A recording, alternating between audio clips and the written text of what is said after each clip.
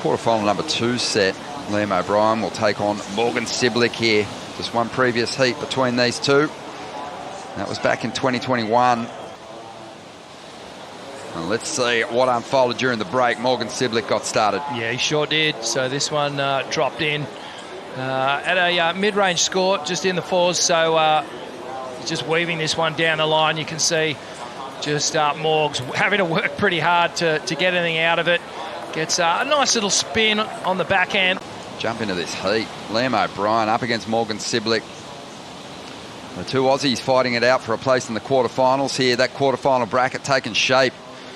That Medina Toledo heat, incredible. He's lining this one up. And let's see what he can do with it. Playing catch up, but doesn't need a whole lot to get himself in front here. Be happy just to put up a good number. Can get himself in front with a 6-5. There's a nice hit off the top. The point break flow translates pretty nicely to the backhand as well, apparently.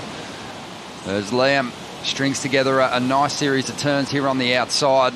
Will this wave go again here for him on the final few sections? Starting to flatten up a bit, and he's going to kick out of this one. Plenty of energy in the approach. Lots of expression through the turns.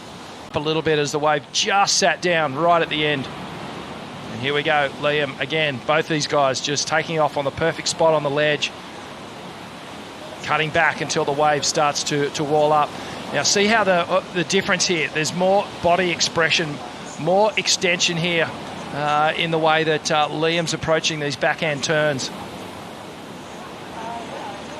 Just that the wave, though, kind of forced him into sort of flatter approaches to the pocket of the system works, right? Because both of them coming off of the Challenger Series to get back on the big show here. Looks like we got M.Cibilic currently in the lead right now. These waves have been a little bit sleepy. You can see Cibilic getting caught up just a little bit. The wave going wider. It may line up on the inside here, Ron.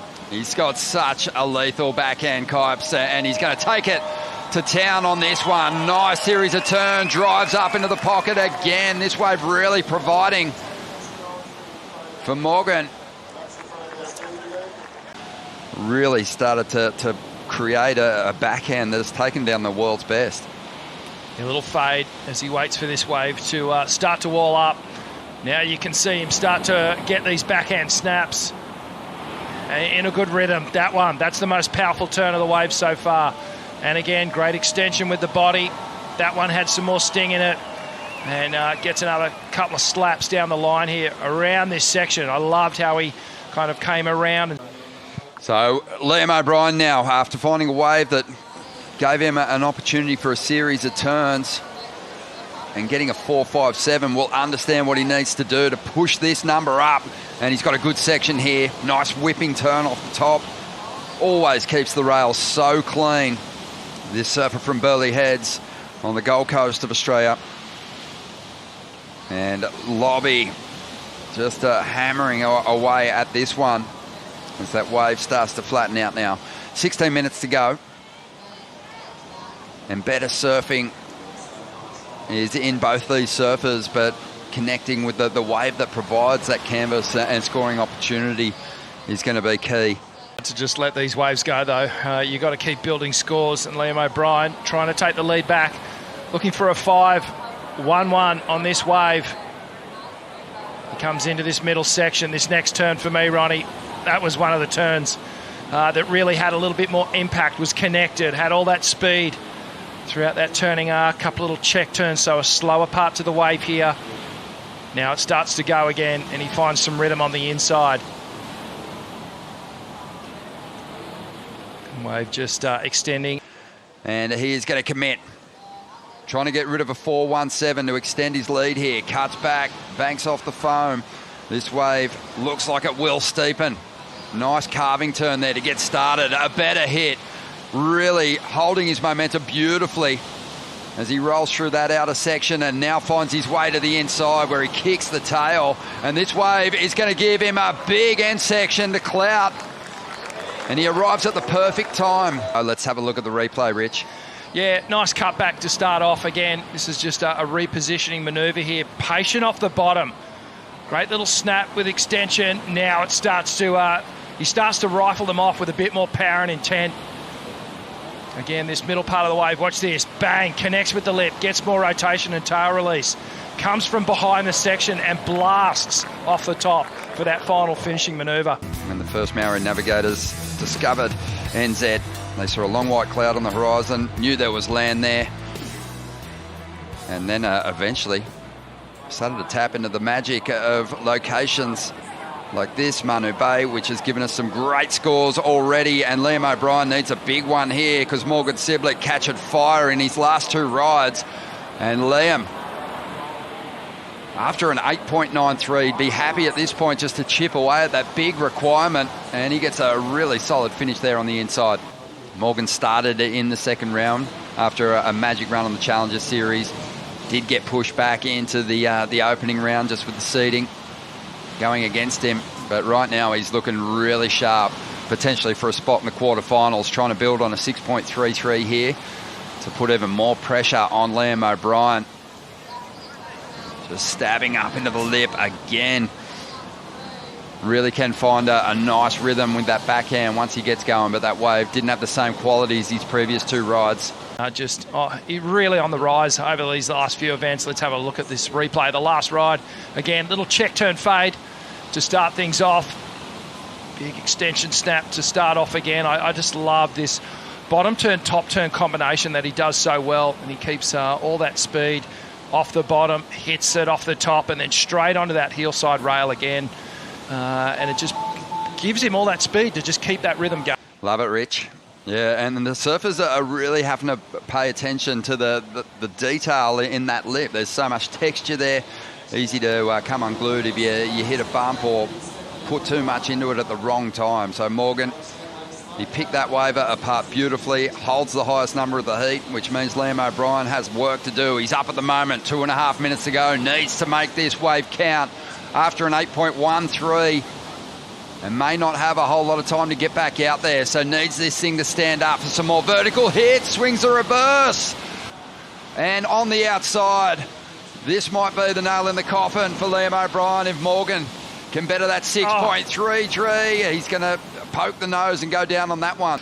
And Liam O'Brien scratches into this one. Morgan gives him this ride. The requirement is a big one, 8.13. And Liam is going to come out swinging. Couple of nice hits there.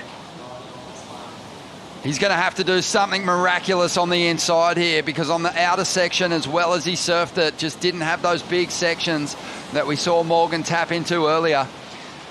Well, it was an interesting one, wasn't it? And for the viewers watching and everyone here, you're probably thinking, why did he give him that wave? But I think Morgan just identifying that the wave itself didn't quite have 8 points in it. And he opted to maybe even go for this second wave that's been treating him well.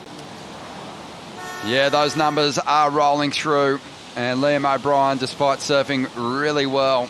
To your career, a lot of them have come on the backhand. Like, how much are you tapping into this wave? Yeah, I know. I know it feels nice just to rock up to an event, really, and just feeling like quietly confident. Just like, I don't know, just feeling comfortable in the lineup and knowing that, like, if I stand up, I'm feeling confident I'm going to get the score or get a score. And I don't know.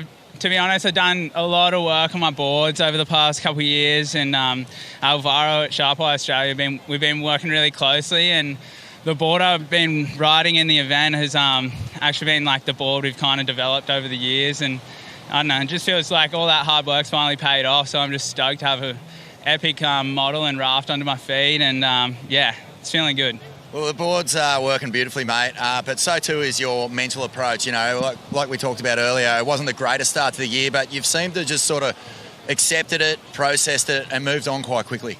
Yeah, I know. It's definitely challenging. Like, there's a lot of nerves, especially coming back onto the tour and then going back down in that first round. And it's been a little bit of a challenge. Just I feel like in the first couple of events, I just didn't really get the ball rolling in my heat, so I barely caught any waves. And I don't know, I felt a little bit skunked by the ocean. And but I don't know, a bit of nerves with that first round and dropping back into it. Like, you just have that in the back of your mind the whole time. And I don't know, I guess like George mentioned it, just not having that fear of losing, like in Margie's, and just kind of putting your best foot forward and like attacking it, not just holding back. So I feel like I've been trying to tap into that a lot, especially like at snapper as well, and it's been feeling good. So hopefully it's the start of something.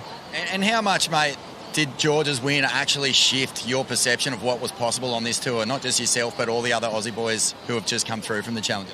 Oh, it was amazing. I mean, like, the run George had to the final was probably one of the hardest runs you could have had names-wise in the heat draw. And I don't know, I feel like that just fills us all with confidence. We're all, like, pretty young, like, battlers from Australia. So, like, kind of haven't been on the big scene for too long. And I don't know, everybody just wants to create a name for themselves and just show that we belong here. Well, you do, mate. With backside surfing like that especially, and with the swell increasing, I feel like we're yet to see the best of your surfing on this point. Yeah, it'd be nice once it gets a little bit bigger. Like, the wave's pretty mental. Everybody saw in the warm-up sessions, like, what it can actually really do. And, yeah, it'd be good to get some big canvases under the feet and... Square up. Square up. Square up, bro. Come on, let's go.